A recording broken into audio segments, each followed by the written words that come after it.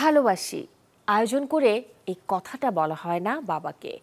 মতের অমিল থাকলেও বাঁধন বললেন তার জীবনে বাবার গুরুত্ব অনেক।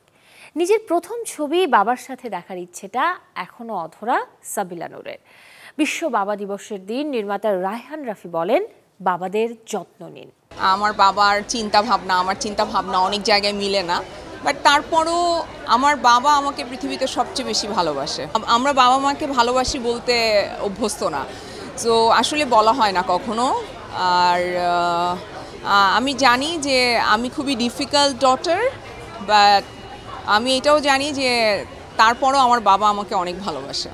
যে জিনিসটা আমি হয়তো কল্পনা করতে পারি না, আমার কষ্টসাধ্য, সেটা বাবাকে বললে হয়তো বাবা ওটা সলভ করে দিবে। বাবা ব্যাপারটাই এরকম, মানে থাকে না, একটা জায়গাকে, একটা এলাকাকে ছায়ার মতো ঘিরে রাখে, একটা পরিচয় বহন করে।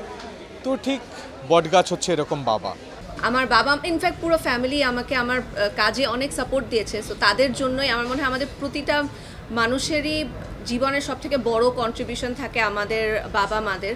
সো এই জন্য তাদেরকে ধন্যবাদ জানাই এবং সেই সাথে সকল বাবাদেরকে হ্যাপি ফাদার্স ডে জানাই। আমার বাবা মারা যাওয়ার পর আমার প্রথম ছবি রিলিজ, তো আমি তাকে খুবই মিস করছি এবং আমি আল্লাহর কাছে দোয়া করি আল্লাহ আমার বাবাকে জান্নাত নসিব করুক। আমি আপনাদের সবাইকে বলবো যাদের বাবা মা জীবিত আছেন, এটা একটা বড় ব্যাপার। বাবা মা কিন্তু সবার জান্নাত।